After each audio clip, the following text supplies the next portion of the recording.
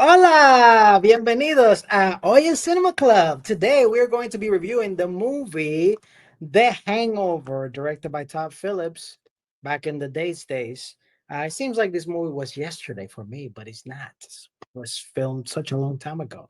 But I'm not here by myself. I'm here with incredible hosts, including Watch Laugh Cry Marina.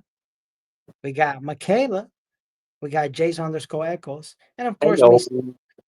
Hello. First, why did I pick this movie? Well, I actually had two movies that we were going to vote against, but everybody just picked this movie, The Hangover. So we're going to review this movie. I am going through like a motion of movies that I thought were great when I was younger, and now I'm revisiting to see if they're still good. And before I give my first impressions of watching this movie over, I haven't seen this movie probably in like 10 plus years. I want to hear you guys' first impressions. And we're going to start with the one and only coming from a fresh win in basketball, Michaela. Let's go. All right.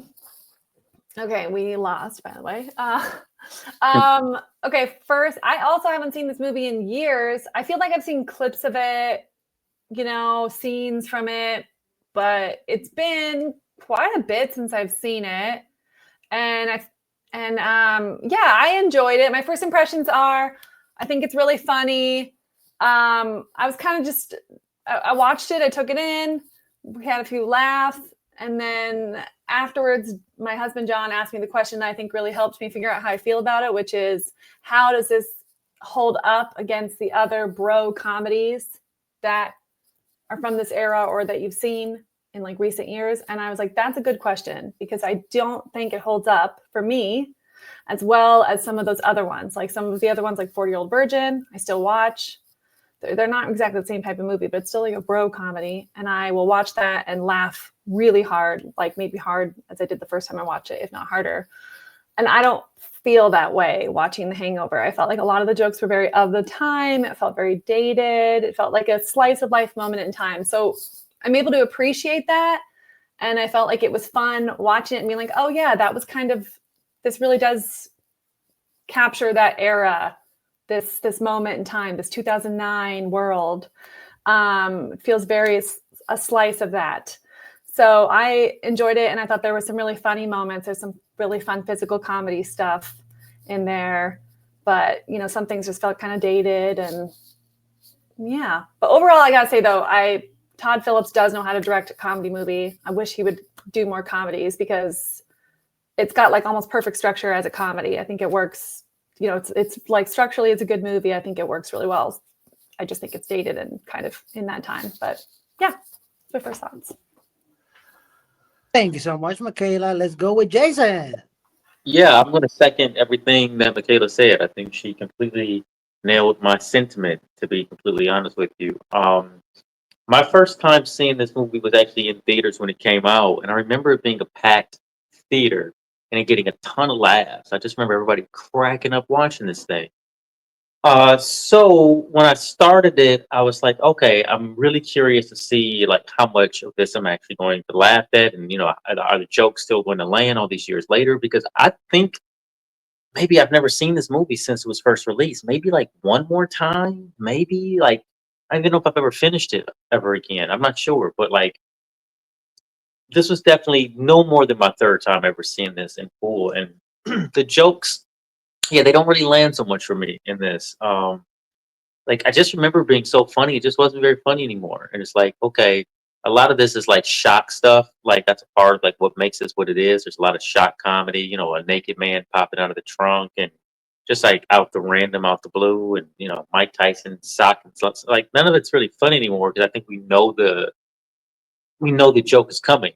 For me at least. So I think I didn't realize that's so much of the laughs were. I didn't get a good laugh in this movie until Zach uh, Galifianakis start doing his wolfpack monologue. I was like, that's when I first started laughing. I was like, oh wow, this is like 20, 30 minutes into the movie almost before I got a for real out loud chuckle. Uh, I would say there was probably like a good three of them in there for me. I didn't remember that baby looking so cute. The baby was so cute and like just perfect for this movie. I remember him being like one of the things that sort of celebrated like a symbol of the movie, like even the mascot of the movie, along with like Zach Galifianakis. But yeah, it's him and that baby is very iconic, just as like a film still. It's really really good. It's just a great look about what this movie's like ultimately about. I think in like a moment, in a snapshot. It's probably on the video box that moment. Um, but yeah, like I gotta like I would agree structurally. I thought this was really good. I thought it was directed really well. It peels back like an onion, and the script is actually really good too. It's just not as funny as I remember. But it doesn't suck or anything. But yeah, that was my thoughts. Thank you so much, Jason. Let's go with Marina.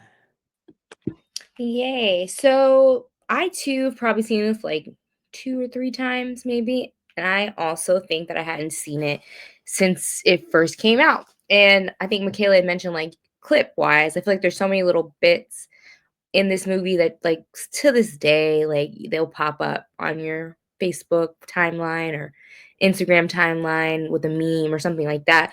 So I remember this like movie being like really iconic for like its originality. I don't think a movie had come out about like guys on the bachelor party and can't find the groom. Like I remember it just being so original, but like I think for me, it wasn't super funny to me when it first came out. Like, so it wasn't too much of a shock factor that like the once the surprises are gone, it's not as funny. But funny enough, like the 3 moments that were funny to me, whereas I think people loved all of it, were still funny to me. Like I definitely loved the wolfpack scene. I really like the cop scene. Like I still this day, I'm always like, not up in here, not up in here. I think about the lives rent free in my head. And then another thing that lives rent free is the wedding singer, like singing the candy shop and wedding singer voice. That always I don't know why that's always stuck in my head. It's like you be my nippo, I'll be a nippo. I just can't get that out of my head ever. So it was but yeah, it was very interesting seeing it again. I just remember this like erupting and being like so popular. I think they ended up having like 3 of these, maybe, or maybe just two. But No, I there's think the 3 of them, like it was just people were like, whoa. And then another thing that was interesting is that like I feel like these people have been in more. I didn't even realize at the time that like Bradley Cooper had been acting for such a long time. So to me, when I first watched this, I didn't know any of these guys. I knew like Mike Tyson more than I knew the actors in this movie. Like I never saw the guy who played the dentist before. I had never seen the brother, the groom. I could think Bradley Cooper was like on Alias. I never watched like he had a couple of like if he's been acting for a long time, but I guess it just never aligned with stuff I'd been watching. Same thing with the Asian actor that plays the gangster. Never had seen these people, so I do think like that kind of takes away from it too now that they've like acted in a lot more. Like I think it was kind of when I first watched it, it was kind of cool to see like new faces like put sure. on like this fun time. So it was very interesting. And then I know they're a lot older now. So it's just like, I don't know. There's a lot going on. But overall, I will always understand why this was such a hit. It was different. It's it has its funny moments, and I think it's funny for all kinds of people. Like I said, those are the 3 scenes that stick out the most to me. But I remember when he punched him, everyone was like, "Oh shoot!" Like everybody loved the punch scene, and a lot of those, like yeah, a lot of those like didn't see those coming moments. But overall, it's pretty cool to rewatch, like in a different lens. Maybe being even like, shoot, that movie came out 16 years ago, Yeah, right? yep, 16 years ago. Mhm. We're in completely different places than we were 16 years ago. So it's cool that the jokes, some of those jokes still land for me, but yeah, it's completely different lens watching it now. Thank you so Cool. much, Marina. Now let's go with you, Steve. All right, it's my turn. So all these people destroy this movie, but let me tell you guys this. I do agree that there are some jokes that don't hit as hard anymore. Just like Jason, there were moments that I was like, "Oh, I was expecting to laugh here," but since I kind of already know like what's coming, it doesn't hit as much, or I don't laugh as much, and things like that. But one thing I'm gonna say, and I do agree a lot with Michaela on this, is that structurally this movie is incredible. Because Hmm. especially if you watch literally the first 15 minutes of this film, it's like everything boom, boom, boom, boom, boom, boom. Like you get a feel of everything that's happening. It takes you on this journey of like all these elements are happening, all these quirky characters are coming. And I think especially for like not the comedy aspect, but as a film aspect. Like this is still a movie that you can study for like filmmaking purposes or structure when it comes to a film. So much so that like one of the most iconic scenes of the film inspired moi to do something. So I did a project a couple years ago, and I was looking for that because I wanted to show you guys. What scene is this? Do you guys know this scene right Oh here? yeah. Yeah, that's like well, it's in the opening. That's the opening scene, but then it also comes back later. When he Yeah, calls. Yeah. I recreated. The only thing I didn't have was a black dog, unfortunately, standing. But like, because I only have two people that can do it with me. So yeah, but I did recreate that. So that's how much this film has actually inspired me. And I remember also back in the day, I don't have it anymore, of course, but like back in the day, I had one of those. I had a shirt, like one of those shirts they used to sell it in like Hot Topic or something, where like you had basically like Carlos Yeah. strapped like on you and stuff. And I Yeah. remember that back in the day, that was super popular. What were you gonna say, Marina? So super fun fact, my son got new headshots like a month ago, and the lady was doing his photography and she was just like, yeah, I got into this because my kids were like child actors. She's like, but they booked a movie when they were a baby and they never had to work again, but their agent signed me to be like the photographer because she really liked the pictures I took of them. So I've been doing photography for this kids agency forever. And I was like, oh, what's the movie? And she's like, oh, they only play one baby, but they swap him out. In The In the Hangover? yeah, The really cute baby, like Jason said, that baby is so cute. her kids are like yeah, like in college now. That's so funny because I thought the same thing, Jason, when I was watching it too. Like John and I kept being like, that baby, it's so I know, cute. it's And so we showed the close-ups of it like crying, and we were like, that baby is it was so so funny that cute. Jason brought out that he paid attention more because I paid attention more just to see if I could see the resemblance. So it was just funny that everybody else, but no, when I looked at that baby, I've never looked at this baby before, right? I never looked at it like that. I was like, wow, I see her in the baby. Like they look like their mother. Oh wow. That was she said they made so much money off of the movie and then like the merch and like Oh my God. the promos. Like she said they never had Wow. to act again, the kids. And they were both fine for college. Yeah, her baby was on T-shirts like all over the Yeah. world for like a little bit. Like any knucklehead that went to Vegas had that T-shirt on for like years. Yeah. Wow, that's crazy. And I Her also baby was a character on Hollywood Boulevard. I know they're carrying. There's a guy on Hollywood Boulevard who used to dress like this Yeah. character. God, that's funny. and and Wow. and that's another reason why I also wanted to rewatch this movie was because I really feel like this was maybe I'm wrong and you guys could correct me, but I feel like this was like the last or one of the last big comedies before they kind of just started going comedies kind of now just go through streaming if they get made at all.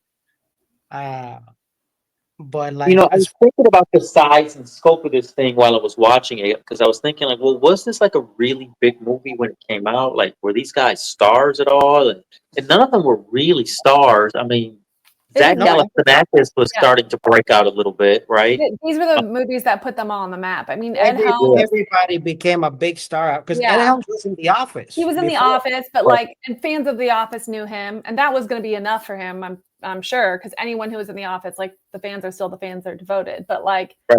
Bradley Cooper, nobody knew who he was really. The Not only like on thing the Bradley Cooper had done was Wedding Crashers trail. And and Alias, Alias, and and Alias, and Alias, right? I just started binging Alias, like, Alias. and I was like, "Is that Bradley Cooper?" I was like, "I did not know he did anything before The Hangover. I'd never seen him in my life." And then I was like, "Poor guy. He's been like putting in this work for decades, and people probably He literally also, never heard of he him also before that." does a cameo in Inside the Actor Studio when he was Oh there. yeah, yeah. That was like when he was like first starting. It's funny because like when we were watching this, since we're talking about Bradley Cooper, I was like, God, I miss Bradley Cooper doing these parts. Like, I feel like this happens a lot with people who are in comedy films at the beginning of their career, and then they want to be taken seriously as an actor, which I totally get. Like, I get that. We all want to like show off like flex or acting muscles, whatever. Especially white guys, they really want to do that. Like him and Matthew McConaughey, like they all want to do this, and like I get it. You know, they want their Oscar moment. But I don't enjoy Bradley Cooper that much in A Star Is Born. Like, I don't really care for him in that movie. I mean, I could take him or leave him in that movie. You could put any other white guy in the movie and he could do like a slow southern accent. I'd be like, it's fine. But like, I loved him in Hangover. I was like, God, he's so fun. And like, he's just such a douche, but he's like a lovable douche. And like, and I believed him as being somebody that was like best friends with these guys. And I believed their bond. And I believed their relationship. And I felt like, you know, he was just the right amount of asshole where like he was the fun asshole, but I was still like, he's a good enough guy that I believe that these guys are all kind of good guys. You know, like I just felt like he played it really well and he was so fun to watch. And I was like, God, I wish he I could grounds see this him. thing, doesn't he? Yeah. Like his Yeah. performance grounds the other two because the other guys are kind of like nut jobs. They're like sort of the punchlines throughout this whole movie. Yeah. And Bradley Cooper is just kind of like set up the joke so they can knock it over, but he is a really grounded character. Right. I And really then, like you know, his at the arc moment. end, you get like him with his kid and his wife, and you see that he's like a good family man, actually. And that's like it's like earned. But I enjoyed him in this movie. I was like, I enjoy you. Like, I wish I could see him doing more stuff like that. Like, I like seeing an actor have fun. You know, I'm like, oh, you look like you're having fun in this. Yeah, I know, right? That's I'm funny. trying to see where the divide happened, right? Because like I said, I've been binging Alias, like him in there. Like he's like the best friend of the spy who doesn't know she's a spy, trying to figure it out. And I think he still has like that whimsical sarcasm. I think I like that the most with him. I think even when he was in Limitless, I really liked that movie where you could take the pill and have like no limits, like your brain's like Love amplified. that movie. Because there was still a touch of like that sarcasm, like he's almost like a likable jerk. I think you were kind of trying to say he's like that there. He's like that in that Silver Linings Playbook. I do think Like Wedding Singer, Wedding Singer. I mean, he's like more of a full-on douche in that, but he's so fun. He's so funny and like fun in that movie.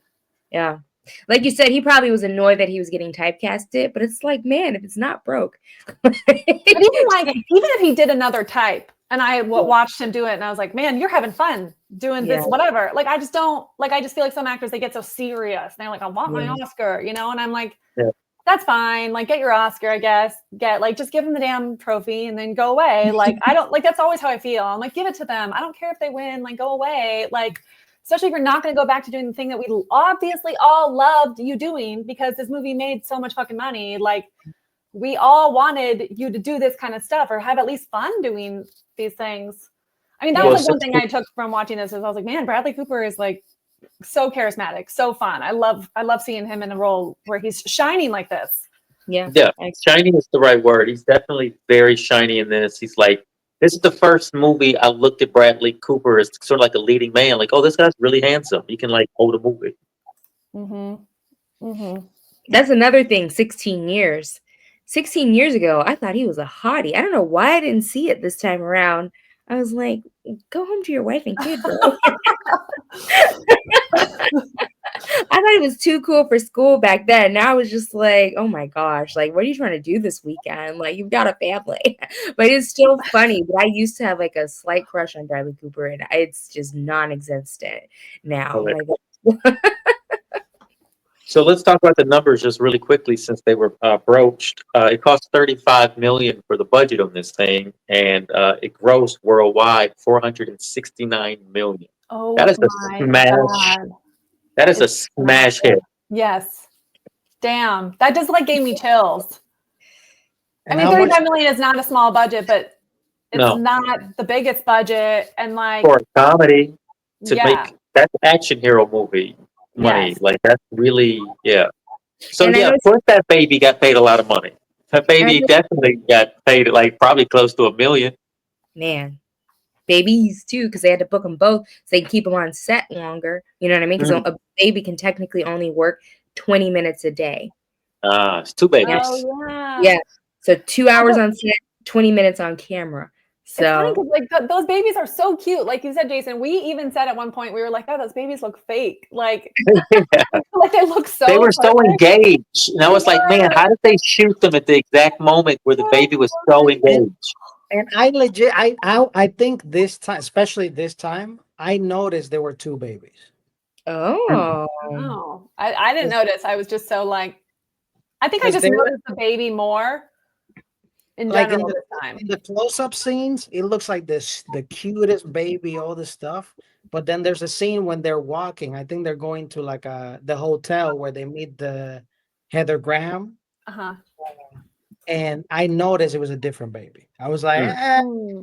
it was similar, but not quite. That's That's a stunt baby right there. Speaking of the baby, this is another thing that didn't hold up really well for me. And like when I was younger and watching it, it either didn't like phase me or I didn't think it was, or it didn't bother me. But like them just like leaving the baby in the car, I don't even know if that would make it into a movie nowadays. I don't know. Like it felt so like babies die in the car, right? Like if you leave them too Right. long, and they just like left the baby in the car when they go into the chapel, and then they're in the chapel for like a while. Like you're presuming like at least an hour, and they're just leaving this baby in the car. And Well, yeah. like immediately, John and I were like, "Ugh, I don't know." Like it's just It's so funny you said that because like that whole scenario bothered me this time. yeah. Like the fact that they just like didn't immediately call the police about the baby and strapped on Yes. And then I don't know why when I was uh, younger, I mean, yeah, 16 years ago, but I was like, oh, that's freaking hilarious. Like 2.5 men, like what was it? 2.5, like 2 men and a baby, whatever that movie. Yeah, 3 men and a baby. I was like, I used to love that. And now I was just like, wow, like you guys are really gonna hold this baby when he made a joke that he can't be 30 feet from the school? Like just I like know. Like, Yeah, I just don't like that kind of stuff. Like just leaving them in the car. I was like, that to me, that also my brain was going like, why? Like, except for the joke of them being irresponsible, leaving it in the car, which didn't land for me. So I was like, why did you leave it in the car when you could just take it in and we could just have him continue to hold the baby, which was funny. Like, I was like, I don't know why he had to leave it in the car. Like, it was like they're like, we don't want to deal with the baby in this scene because of money or whatever. I don't know. So let's just like go. It just like didn't work for me. I just was like, I was distracted by it. I was like, the baby, like it could die out there in the Vegas heat. It could die in the Vegas heat. Like you can't leave a baby in the car and like in Vegas. Because if they used the baby one more time, it would have been a 2 million payout instead of one. I think I just didn't. I noticed that this time too. I think I just didn't pay attention to it the first time. Like, I think the movie is going so fast, and we're like our brains are trying to catch up to like how awkward it is storytelling wise the first time we see it, and you just miss those little subtle things. But this time, your brain like will notice it because there was a few moments like that actually in the movie where it's like, you guys are losing me. This part doesn't make any sense. Yeah. Right. They were like, there were just some like gags that were like, you know, like who brought up the naked man popping out of the car? Was that you, Jason? Yeah. I mean, that like, I remember that being so funny back in the day. And when it happened, I was just like, I don't know. I kind of felt like we were just like making fun of an Asian man who was naked, who like we saw his penis, and it like, I don't know. It just didn't feel like it felt like the joke was like the naked Asian man. I don't know. It just didn't like work for me. I was like, I don't know. I can agree with that. Like, it's funny you said that too, because like, I felt a little icky this time around. Like, I don't know why it was so much more funny before. Maybe I just wasn't as like socially conscious of like how bad stereotypes like affect people. But like, yeah, it did. Like, I don't know. It almost felt like a whole new character. Like, I'm like, this can't be the same thing I was cracking up at. Yeah. Because also like in my brain, I was like, but why is he naked? Except for like the shock value of it. Like it wasn't paid off. It was never like, oh, I was naked because of this. Like it never came back story wise. It was like literally just there for the shock value. So I mean, I don't think he came back. I mean, they didn't say anything about. Maybe he was hot as hell in that trunk and he was just peeling clothes off. Yeah, I don't feel like it came back either. Like, honestly, I thought there was so much more to that plot, too. Like, but yeah, they just accidentally switched the bags. But And he I ended think because he's in all the movies and it's the yeah. same story, maybe you are thinking, yeah, he's only in Yeah, like 2 scenes, right?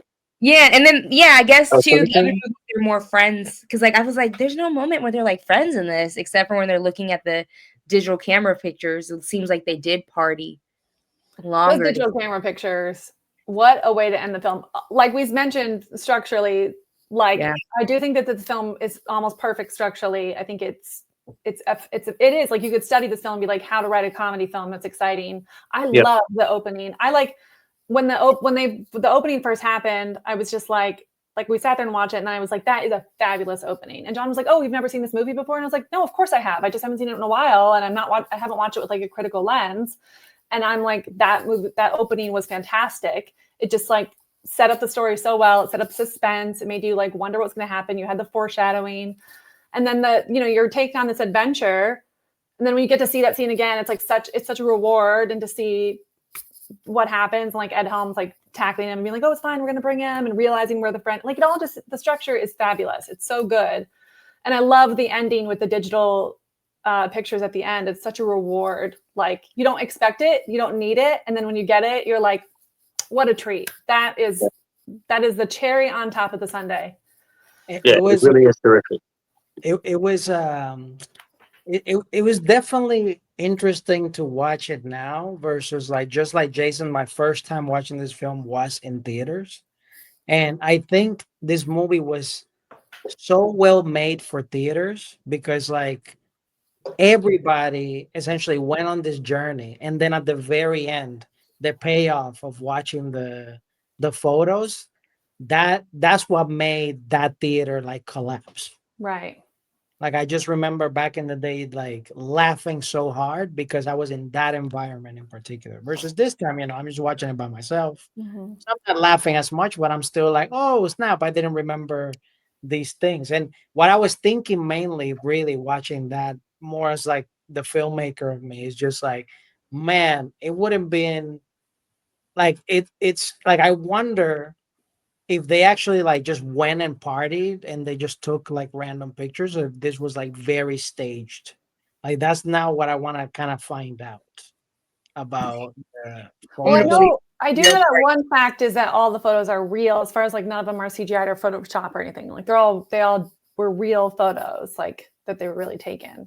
So I don't know if they were staged, but they weren't photoshopped, which is like one of the big things. Yeah, but just the look of it, like they look like so messed up, like yeah, everything. So what I'm wondering is that it's like if they like went like, okay, we're gonna take this type of picture and then makeup did his thing and like all this stuff, or if it was more like, let's go have fun and we're gonna take a bunch of pictures or whatever for the movie, of course. But like, yeah, like that's what I'm mainly wondering now because like when I look at the picture, I'm like, they look like not only they had a great time and it is very Vegas, which is, by the way, that's another thing that accentuates this movie. This movie was so Vegas in every, even they had a shot of like above the pool and there's like a lady walking. I'm like, all these shots were made so amazingly well to like just tell the Vegas, vibe in This essence. was during like the big Vegas,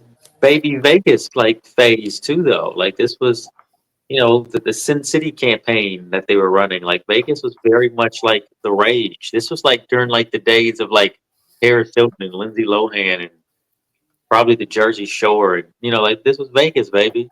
No, Entourage. I guarantee you that after this movie came out, Vegas sales, specifically Caesar's Palace and stuff like Oh that, yeah. went Oh yeah. through the roof. And probably a lot of people went and said the same quote. Is this where the real Caesar? Like whatever. Is this a real Caesar's Palace? That was a funny line.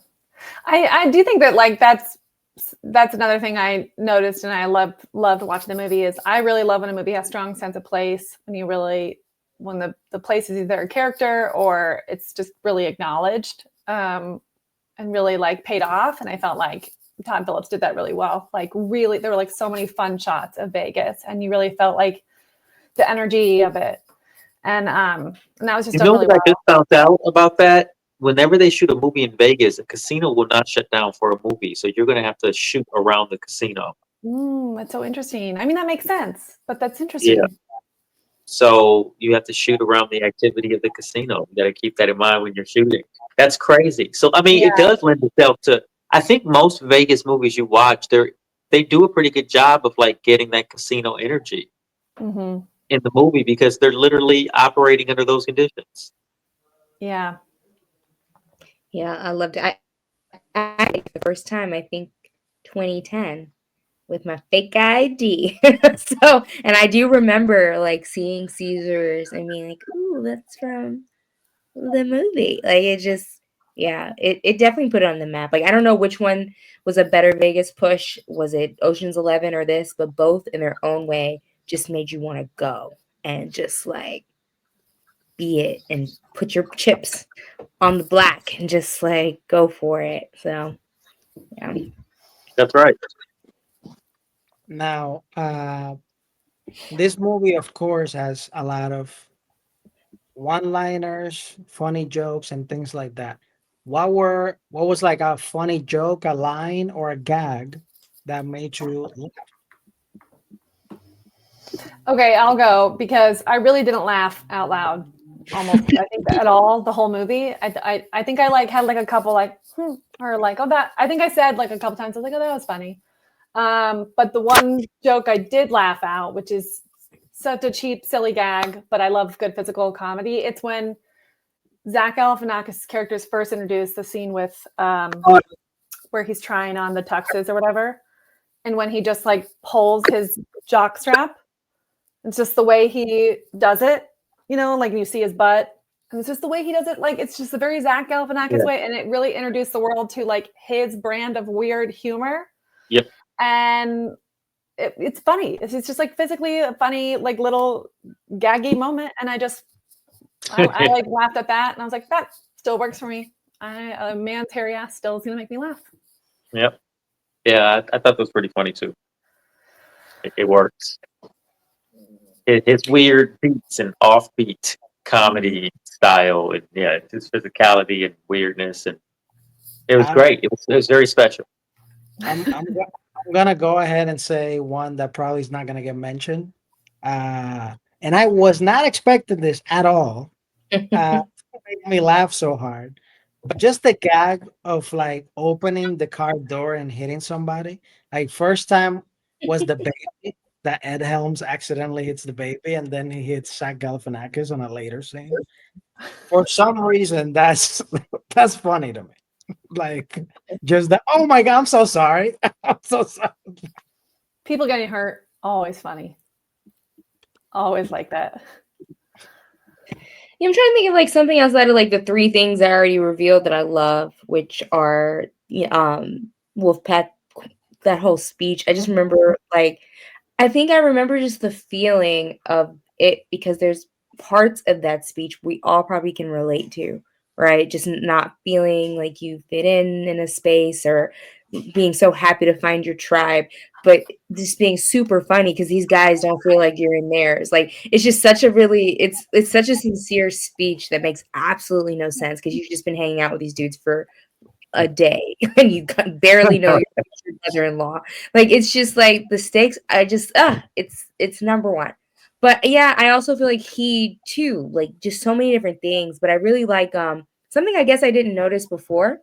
That's the one I'll mention this time is when like he finally gets what he wants. Like they're gonna like we're gonna hang out again, and he's like, but I can't do next week because the Jonas Brothers are coming in town. I don't know why I cracked my butt off when he said that. I was like, what? Like okay, that's more important. But like yeah, everything that came out of his mouth definitely it to me it held the comedy of the movie just having like that completely off the rails person.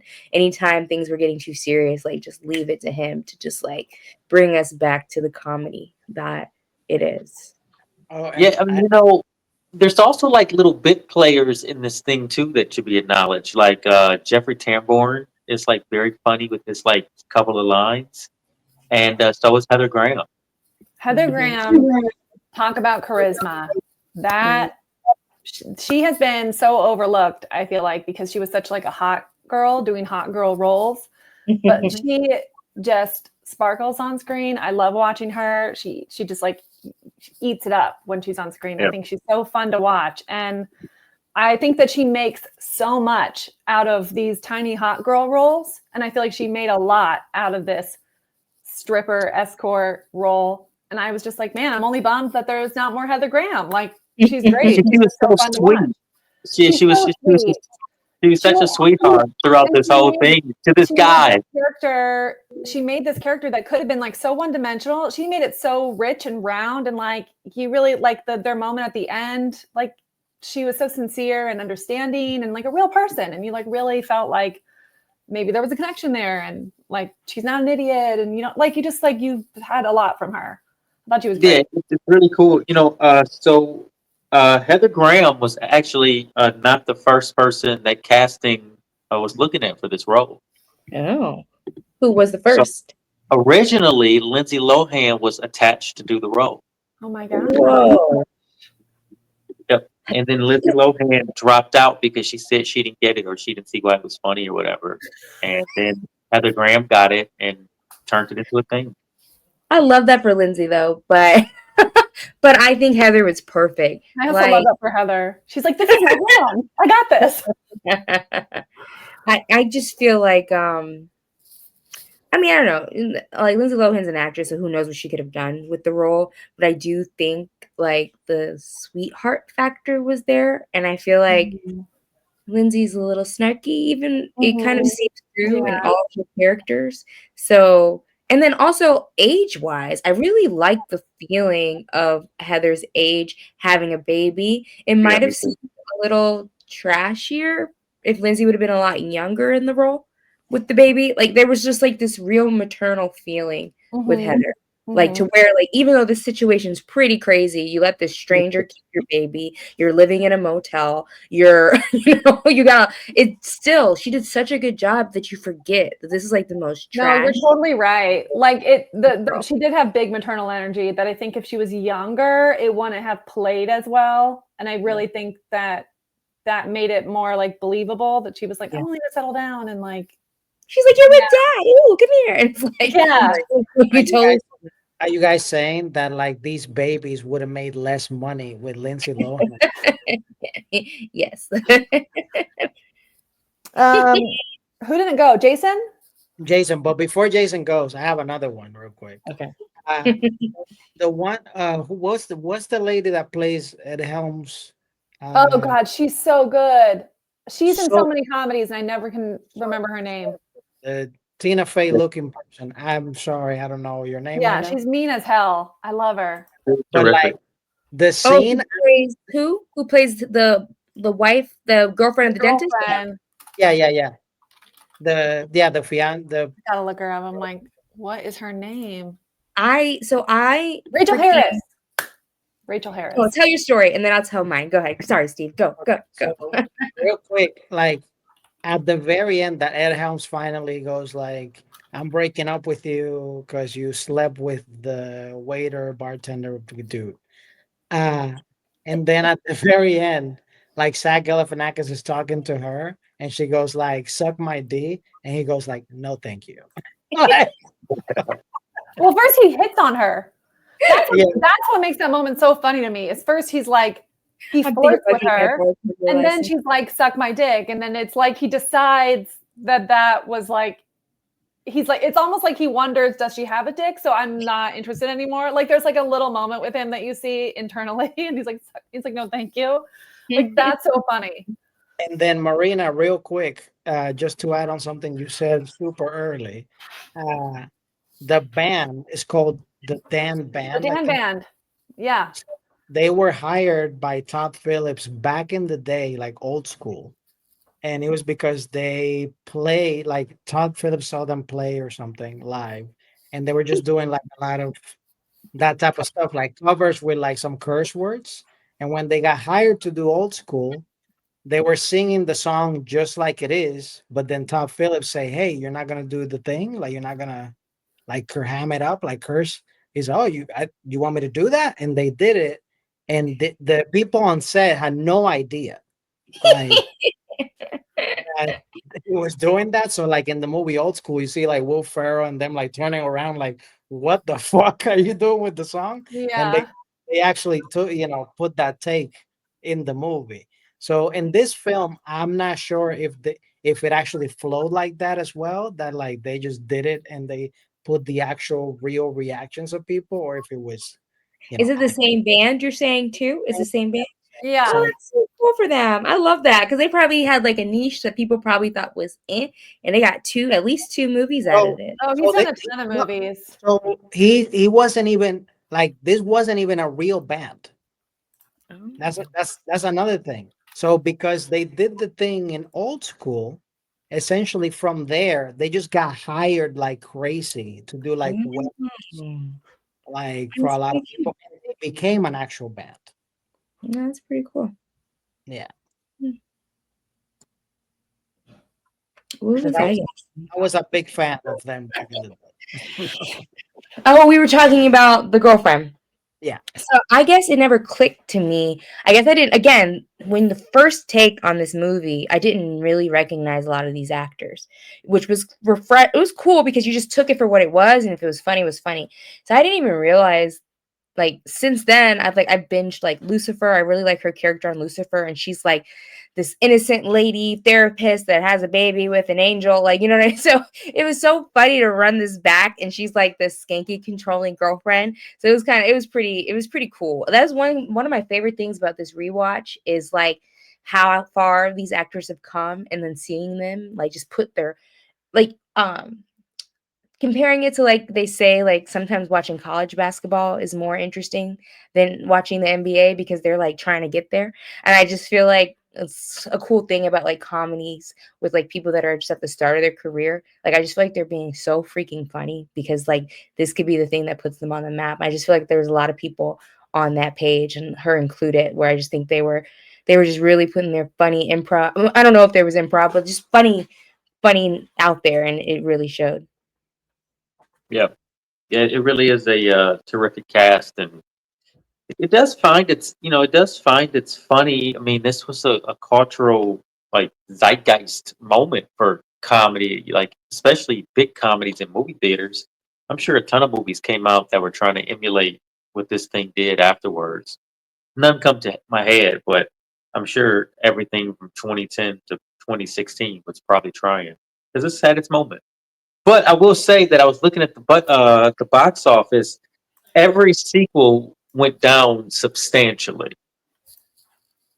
So the first one did like 400. I think the second one did 200, and the last one did like 112 or something. It's Wait, hard but to I read. think, but I think that Marina, you put this in here. I think that the oh wait, no wait, yeah, the second one I think grossed more worldwide. Yeah, but maybe just like maybe because like I think it was domestic sales were Domestically went down, but I think more worldwide by like 100 million. Mm. But maybe So isn't that I've never seen the second one, but doesn't the second one have like an international storyline? I know they go to Taiwan or something in Yeah, one. they go someplace else. Yeah. well, the information that I'm getting is that the second one grossed 254 million, whereas the first one was I don't maybe it's not counting worldwide. I don't know. It's not super clear. Based on the information Marina posted, the second one grossed domestically 254, but Okay. worldwide will be 586. 586 million, a half a billion dollars worldwide. Yeah. Yeah. Good God. Yes, I wonder like I don't know, did like US like just it wasn't as funny in the shock factor, but it was such a trend that it was like such a run to the theaters in other country. It, it could Maybe. have been a thing where it's like we know this formula works. The movie's almost the Mhm. same formula again. Let's really market this thing overseas. Yeah, because then that goes to show too. Like I think you also have the thing where like first one was shocking for us as people who been to Vegas or a lot or this, but then like I feel like other countries like to laugh at us too. So it probably was like a run These to the stupid theater thing. Americans. Like, these dummies are at it again, but we were probably like, it was hard to recreate it. So funny. I was out of town last week, and I think the second one was on TV. So it was pretty funny to me that Steve ended up bringing the first one to the table, because I was randomly watching when the dentist, I don't know if it's the second or the third, but when the dentist guy is getting married and he gets lost, or his brother-in-law gets lost or whatever. So I think that's another reason why I was like having a hard time connecting with the Asian character, and like seeing how they were treating him as funny, because I think they're like best of friends in the next one, and I had just watched Mm, that. Wait, Hmm. his role was spoiler. this I've never small? seen it. Oh, sorry. I Okay, mean, I'm never gonna see it probably. 14 years later, I think I'm in the Unless someone picks clear. it for Cinema Club, I don't think I'm gonna watch it. but yeah, well, I will. Okay, let's talk for another day. I will say, I think with any movie that gets sequels, you start to get more popular actors, so it's kind of cool to see like faces that you do know. I like ones where it's fresh, but it also is kind of cool as things grow to see like faces that you do know a little bit more. Yeah, So yeah, that's a good point. Yeah, makes sense. Now, was there a favorite character that you guys had in this movie? yeah, I really like. I'll always try to find a good underdog, but I just really feel like Alan is a win. Like, just if I can pick someone that has made me laugh consistently then and now, and the jokes did not miss a beat, like Alan's whole vibe, it just tickles me. And there's a little part of me in the back of my brain that's like, maybe he's like on the spectrum, playing someone that has like something that's a little off, and I feel bad that I'm laughing at him this hard. But then there's this other part of me that's like, raised in the 90s, that's like knee slapper. Like, he is hilarious to me. Like, the There's 2025 me is like, no, what if there's something wrong? But there's this other half that's like, like there's one line that is another sleeper that I'm like, it could be aggressive for some people, but it makes me laugh, and it's super like undertone in the movie, like you barely hear it. But it's him at the gas station saying, "I'll beat an old man in public." Hmm. Like that to me. so many horrible things that, like, because so the other thing is, if there's something off, it kind of helps some of his jokes. Like when he says, "Oh, she's got my grandmother's Holocaust ring." He's like, "I didn't know they gave out rings in the Holocaust." Oh yeah, What is going on? But yeah, I love the guy. Can't lie. Like, incredible. I don't think he's ever played anything better after. Mic drop. Sorry, Zach. Find me in the streets. I would Like, agree with that. I think this was his strongest and best role. Well, I mean, he really has done like one thing, and then he does like one character, and then he does like Between Two Ferns, which is just Alan also. So it's like pretty much the same character. yeah. I think my favorite was Bradley Cooper. I think that, especially watching him this time, I'm like, if this is a really good ensemble film, like it really is a movie with all of them being rounded people, and it really feels ensemble. But I do think that, like, if this movie had been structured, written so that Bradley Cooper was the lead and star, and it was more about him with his crazy friends and him trying to get his friend back to get to the wedding, that also would have worked really well. Like, this was a character that could have carried the movie. It would have been a different movie, but I think that I just think he's a really great character. He's really funny. He's the right amount of douchey. I love his character introduction. I love him stealing from children. I thought that was great. Like when you see him, $90 for, I need $90 from you all to go to Griffith Observatory. It's going to be life-changing. And like, for those of us in LA, we're like, to go to Griffith Observatory, that, like, John and I both were like, $90. That's ridiculous. And then he's taking the money out. He's putting it in his little Vegas envelope. I was like, great, stealing from kids. Calling the kids nerds when he's driving off. I just love that character introduction. And then I also love the arc of his character. I love learning that he's like, all of these men really care deeply about their friends, their friend who's lost, and their friendships. And I feel that. And I felt like he I felt it the most from him, and I liked his arc throughout the film. I liked him having. I felt like he like sincerely wanted to get his friend back, and do it the right way, and like not lose his fun time. And I believed him as a person. I thought he'd played it really well. I liked the moment at the end that we got, like I said, seeing him with his wife and his kid and being a good dad and good husband. And I was like, that's a nice like rounded arc. I like that. So I thought he's like Alan's fun to watch, but I like seeing Bradley Cooper. I think he's charismatic, and I liked him in this role. So he's my favorite character. Yeah, that's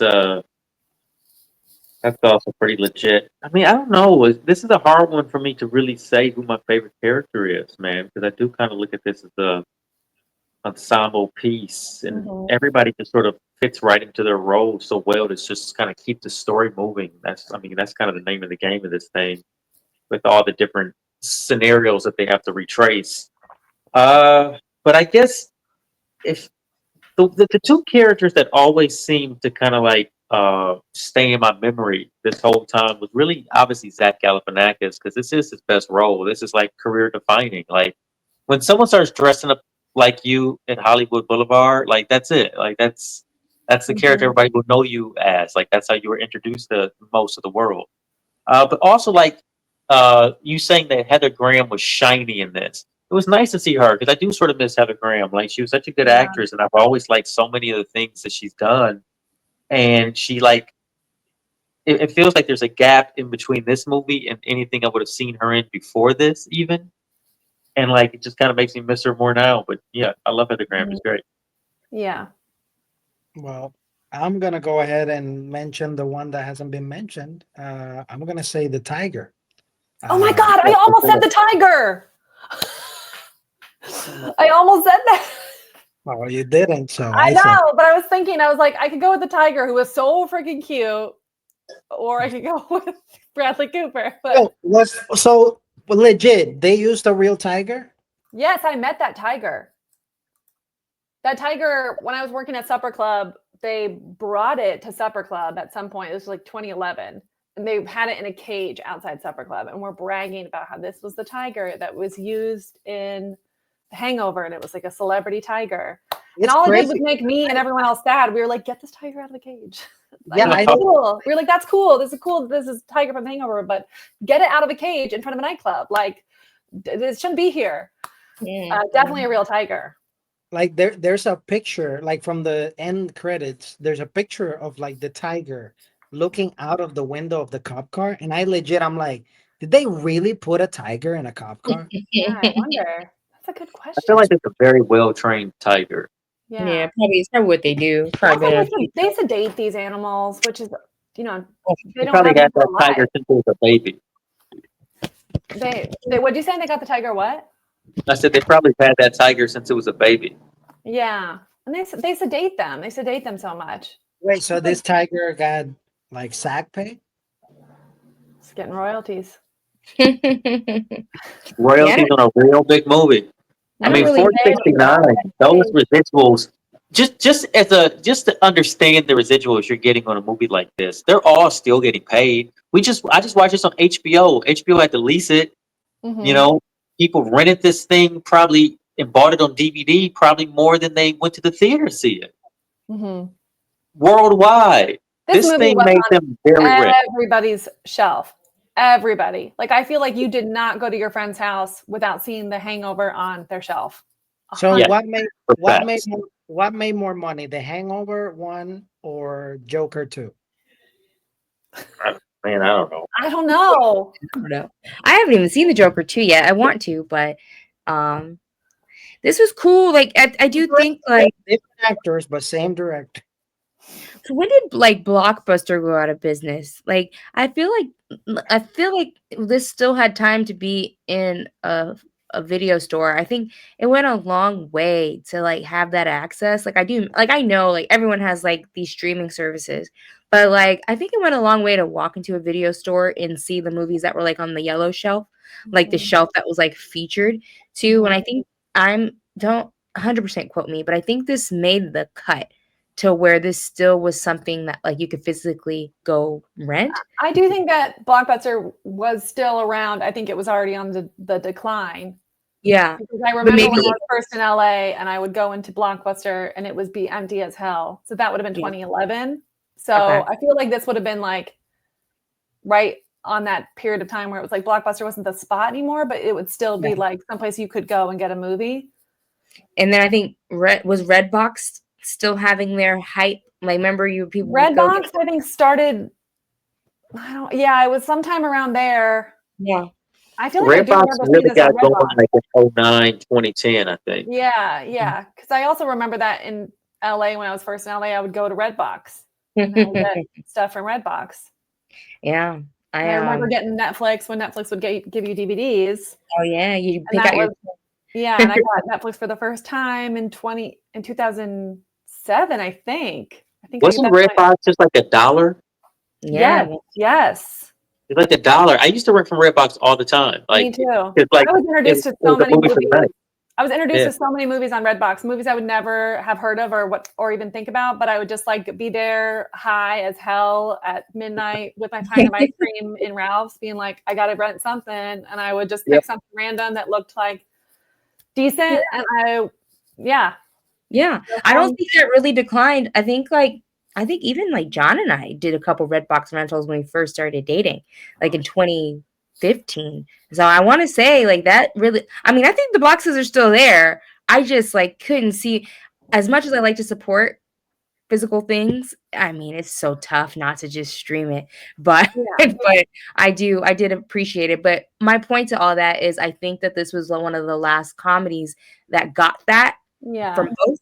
You were able to like buy it, yes, but you were also able to rent it. And I feel like that probably grabbed another era of people, like, middle of America renters. And so I think that probably had a huge impact. And I think like all kinds of people watch this. And I think that's one thing I miss about the limit of what you could access, and you were limited to the box, you were limited to the store, is now you can watch whatever you want. And so not as much of everything, like there's not a lot of unity on watching. You can watch your thing. If you're into documentaries, you watch that. If you're into comedies, you watch that. Whereas if you had to rent everything on Redbox, you only had a certain amount of stuff.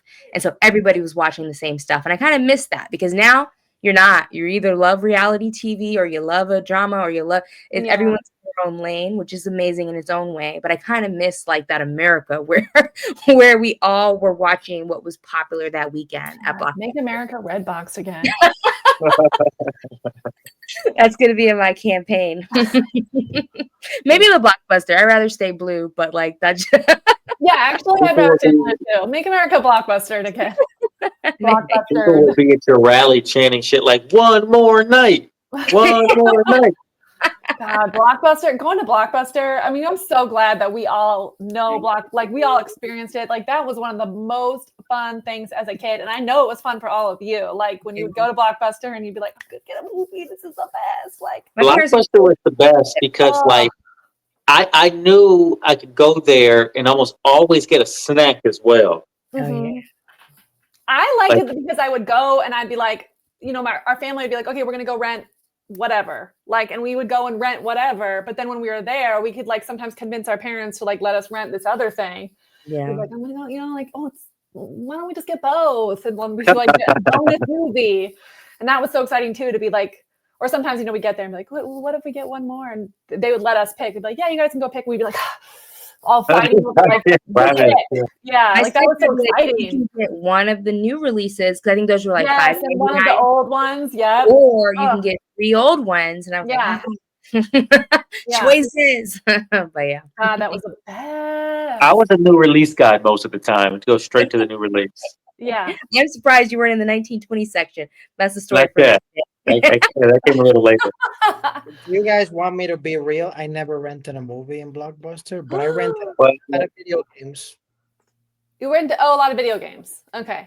But you had the experience of going to Blockbuster. Yeah, just for video games. Yeah. You were one of those. Yeah, I used to rent video games from them too. That was always a treat to see what was available, and you have your heart set on renting. Actually, you wouldn't even have your heart set on renting anything. You would just walk around until something stuck out at you. That was like one of the best feelings, I think. Like going, like you wouldn't know. You'd be like, I don't know. And then you would walk through an aisle and you'd be like, what's this? I haven't heard of this. Or this has this, Meg Ryan's in this. I'll rent this thing. Yeah. I like Meg Ryan. I don't know what this is, but I like her. I haven't heard anything about it. Okay, Siskel gave it a thumbs up. Before we go too deep into blockbuster stuff, let's go into final thoughts. Okay. Sure. The Hangover took us in the blockbuster. My bad, guys. We're going to go in reverse chronological order. So we're going to start with me. Hey, how's it going? Final thoughts. Um, I I concur with my colleagues here. The movie definitely has a lot of like shock humor, which if you've seen this movie before, even if you haven't seen it in a long time, there's still gonna be some muscle memory things that are gonna be okay, this was gonna happen next or whatever. But for sure, there's a lot of things that you forget because there was many things that I didn't remember. I didn't realize, oh, this character's only here for a 2 minute scene or whatever it is. I thought it was longer, like Marina was thinking and stuff. So yeah, and I think the movie still has like from again a structural, cinematic, storytelling perspective has quite a lot of value. From a comedy perspective, has some kind of value, but since we have evolved as humans and our humor and everything, it might not be for everybody. As Michaela put it, is a bro comedy and stuff. But I still think it does have like things, elements worthwhile revisiting. And overall, I think it doesn't hit the same as when I was watching it growing up, but I still enjoyed it. I still had a great time enough to watch it like one and a half times. I watched it, a whole way through, and then I toss it again because I watched it a few days earlier and I just put it in the background and just left it playing. And it was enjoyable. It was nice. One thing for sure, which I'd never mentioned, and we didn't talk about him at all. Mike Tyson. I was not expecting Mike Tyson to be that fat. That's just me. I was just like, he is way more in shape now.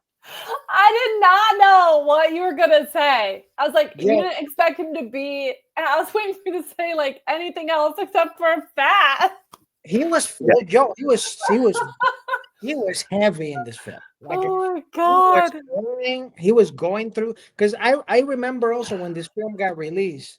At the time, I think he was canceled for a while, or he was kind of like not fully out there, or he was going through whatever he was going through. And like this film gave him kind of like a boost of Oh like, yeah. I mean, I think he's like, isn't he like a convicted rapist? I mean, I know he's like been charged or whatever, but I'm pretty sure he's like a convicted rapist. Like this movie definitely rebranded Mike Tyson's image. Everyone found him very charming after this movie. I think That's right. He was a convicted rapist. Yeah, people forget he had like, and I think like domestic abuse charges also, like multiple. Of Yeah, them. I remember that part. Lots of domestic stuff. Yeah. He always maintained this innocence about the rape or whatever that was. But I think there's enough lots of domestic abuse stuff. I think there was enough there though that we could generally assume maybe he's not the greatest guy, but this movie definitely gave him a rebranding.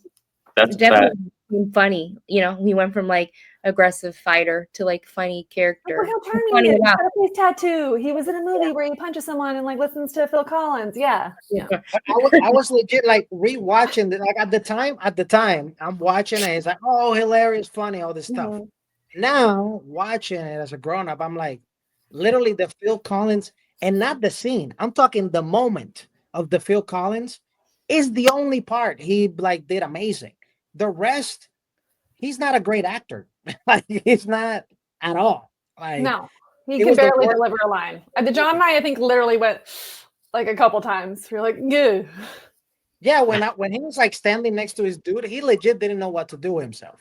Like I don't think he legit like knows what to do very often. That man has a lot of head injuries, and I don't think he had a lot going on to begin with. I think he's the weed has helped him maybe a little bit better now, but like At the time, oh my god, I was just like, "Whoa, I cannot believe this is the fattest I ever seen Mike Tyson in." Why is that so funny to me? That is you saying that is funnier. I laugh harder than I did at any point in the movie. And I feel like I I laughed thought the more. same. I think it goes back to that shock factor again. I think him just randomly being in Vegas with these guys and owning a tiger, I think that was so random that you didn't really care that he couldn't act and he has a major speech impediment that he's known Mhm. for. But like it really was like, whoa, the second time around. Like, yeah, I want to say like Mike Tyson tiger scene was probably top 3 funniest scenes for me the first time I watched it. I Mhm. literally could have gone to the bathroom at this point, at this Oh, time. same. I Yeah. it just wasn't the same. Same. Right. And I was like Yeah. waiting for it too. I was like, oh, I was like waiting for it, and then I was like, oh, that was it. Could Yeah, punch him a little more. No. there's so many moments of the film that back in the day they felt like they were longer, but now you Yeah. watch it, it's like, oh, Yes, yes, Yeah. yes. Yeah, well, even like the going back to thinking the movie was longer, when they ran up to the roof, I was like, wait, Oh my that's God, I had the same thought. I was like, doesn't that come later? Isn't there more stuff that happens before that? like, But I no. also think that it happened at the perfect time. Like watch it now, I'm like, Thank structurally, I God. think that worked. I just had remembered like more chaos before.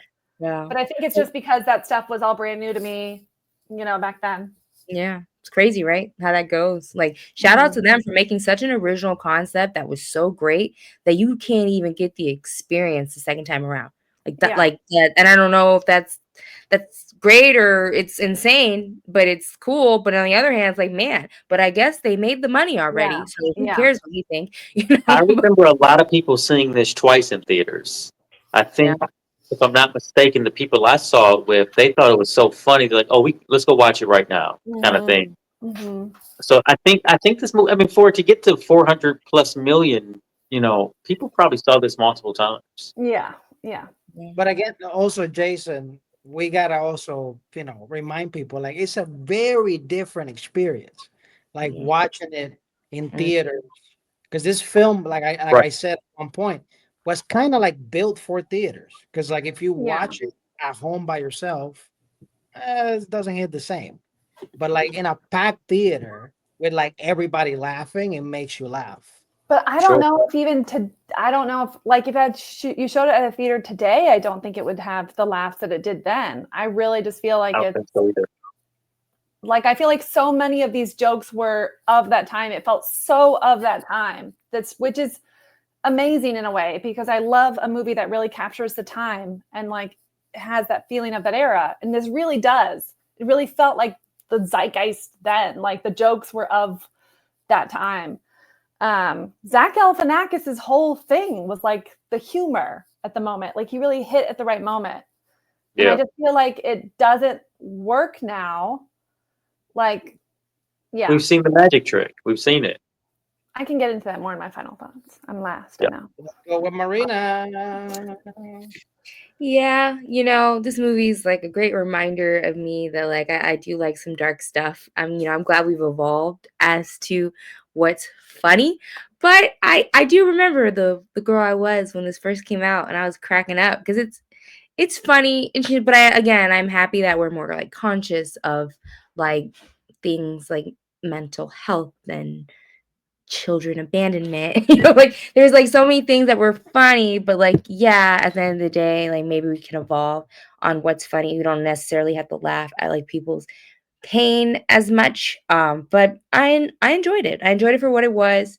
It was I think the theme was you know, Steve like watching things that were amazing when he watched him and seeing if they still are. I think that's a fun magic trick. I might keep that same flow going because it is very interesting. Like where was your brain 16 years ago and something that made you felt so entertained is it going to be the same? Kind of like trying a food that you may have not liked back in the day and now you like it or vice versa. You used to love Tang and now you hate it. Like just things like that. So it was a cool experience to kind of like jump into a time capsule and take myself to a place where I cracked my butt off like back then on some of those things, I don't think I thought it was as funny as some people did, but I do remember like the innocence and the feeling like, wow, these four guys going to Vegas and they lose their friend. Is he going to get to his wedding in time? Woo. And so it was just pretty cool experience to watch it again. I and man, according to their sales, I don't really think there's many people for me to recommend it to. I feel like who hasn't seen it, but I would probably recommend it if you're just talking about like comedies from, you know, that time period and like, you remember that? Like telling someone to rewatch it. Like you should rewatch The Hangover, like see how you feel about it. And yeah, I'd watch it again. Like I said, I was out of town the other day and the second one was on TV and I played it in the background. So it's definitely like something that like you'll get a few chuckles while you're like cleaning up or just doing some work on your computer. I think it's like a good movie to just like, you know, to feel familiar with and like kind of laugh every once in a while. Thank you, Marina. Let's go with Jason. Hello, hello, hello, hello, hello. Final thought. This is a lot like my first thought, to be honest with you. I don't feel like I need to watch this again anytime soon. It was nice to watch it though, to, you know, sort of remember, you know, be nostalgic a bit about the time that I did see this and, you know, what was considered funny and, you know, these guys breaking out and, but I don't need to see it again anytime soon. I don't need to see it in an audience with people. Who would I recommend it to? I wouldn't recommend this movie to a ton of people because, like Marina said, I feel like most people have seen this. But I mean, I would recommend it to comedy fans who maybe never seen it. Like, you know, if you want to see like sort of a raunchy, not even sort of, it's a raunchy comedy. You want to see a raunchy dude comedy from 2009. This is, you know, what would have been considered tops at that time. So it sort of holds a time capsule in that regard of what people were really digging, really thought were funny. Uh, but yeah, other than that, I mean, you know, I wouldn't recommend it to too many people because I just don't think it holds up. Like, uh, I don't think it just holds up as being a very funny movie to me. I mean, maybe other people would say you're crazy. This thing is still hilarious, but a lot of it for a second time viewing this many years later is the shock value stuff. None of those jokes really land because you know they're coming. So that's my final thought. Thank you so much, Jason. Let's go with Michaela.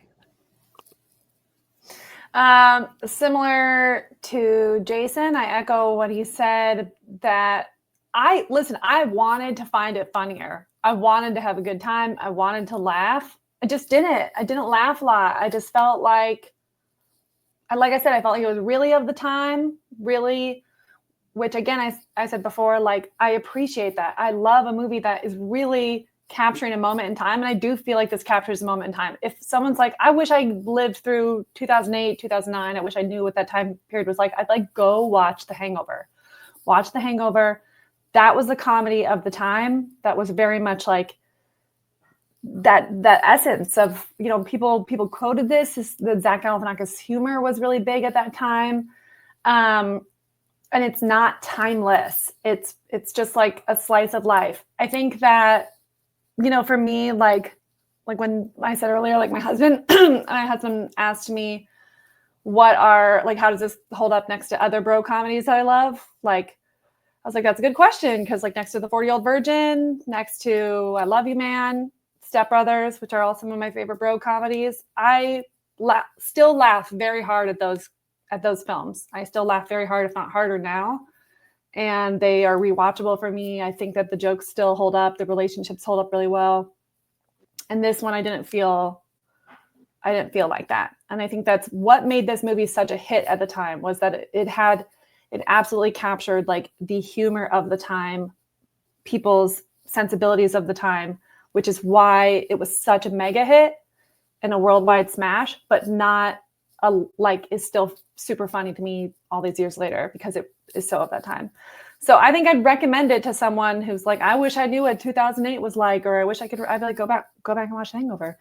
Or I would also recommend it to somebody, because we talked about the structure, anybody who is wondering, like if somebody says, I want to make a comedy film, or I want to study a comedy film that's really has interesting dynamic structure, I would say go back and watch The Hangover, because I think it's almost perfect structure. And I do think that the concept of the film is so fun. I love the plot. I love the plot of these friends who wake up, have no idea what happened to them, have to rediscover what happened to them, and have to find their friend. It is such a fun plot. It's so exciting.